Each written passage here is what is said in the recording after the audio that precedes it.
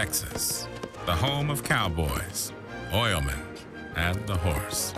A state where all that is cherished is bigger and better than its rivals. It's the home of the American Quarter Horse Association. Texas has produced the greatest trainers and some of the greatest horsemen. It's the birthplace of our breed.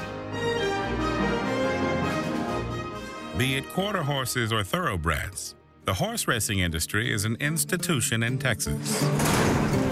And it flourished in the years immediately after parimutuel wagering became legal in 1986.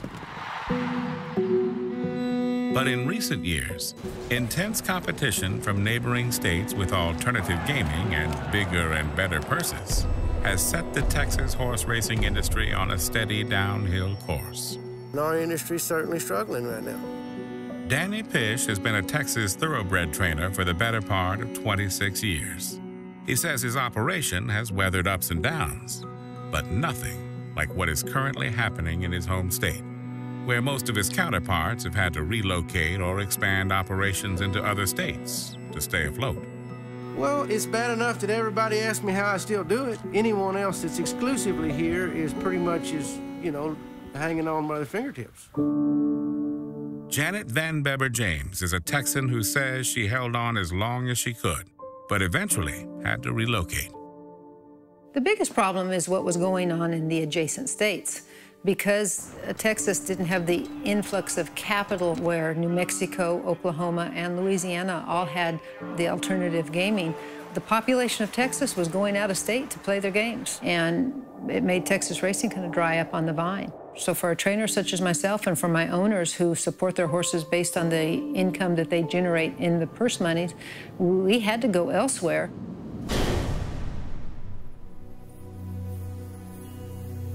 I've been around horses the bigger part of my life. Johnny T.L. Jones Jr. is semi-retired from the racehorse business. His career spanned decades in both Texas and Kentucky.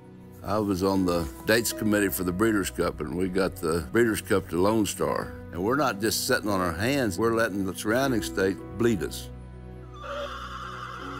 I don't race here in Texas. I race exclusively in New Mexico. My deal has got the cash flow or I can't play. And in Texas today, I mean, I don't see how anybody can play. Our numbers are down probably 60, 65%. Owners have gone away. We have about 70 resident horses where we used to have several hundred. So it's a huge, huge decline. I can name 5 guys off the top of my head that moved from right here from South Texas to Louisiana due to the purses. The number of horses, the number of jobs, the number of feed stores are all being affected by the small purses available at our Texas tracks. If you can run here in Texas at one track for $13,000 and go run the same specifications for a race in Louisiana for $70,000, where are you gonna go? Beth Deal is a 4th-generation horse owner and trainer. At this point in time, she is hanging on to her operation in Sabinal, Texas. This is my home, and this is where I wanna be. There are so many jobs that could be provided and are provided. They're just not being provided in our state. The state government in Texas will give tax incentives to companies that bring 1,500 jobs to the state when they'll just overlook an industry that's clean and provides 40 or 50,000 jobs a year.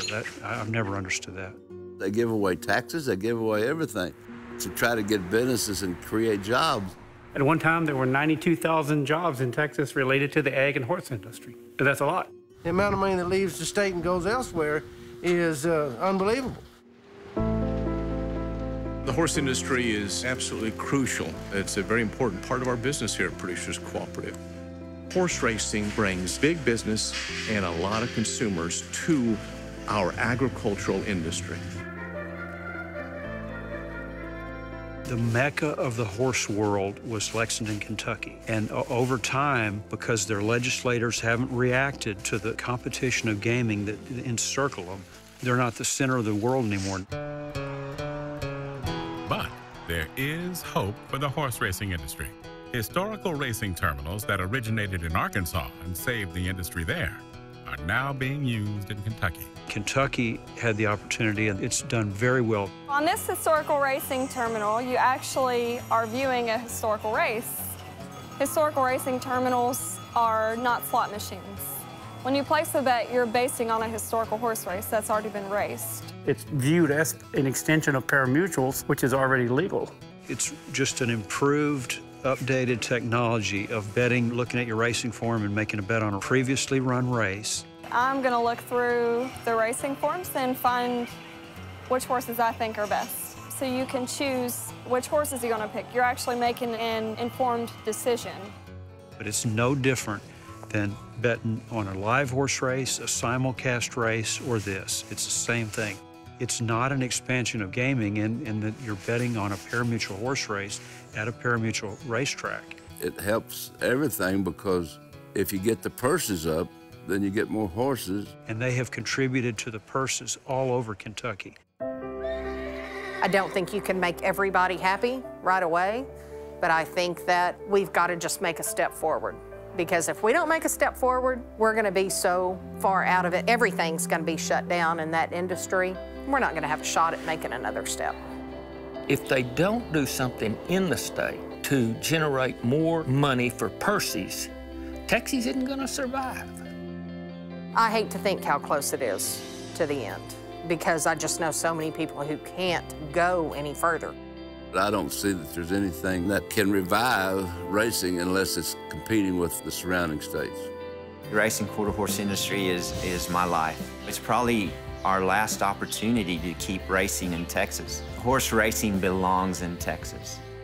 It's time for horse racing in Texas to be bigger and better once again.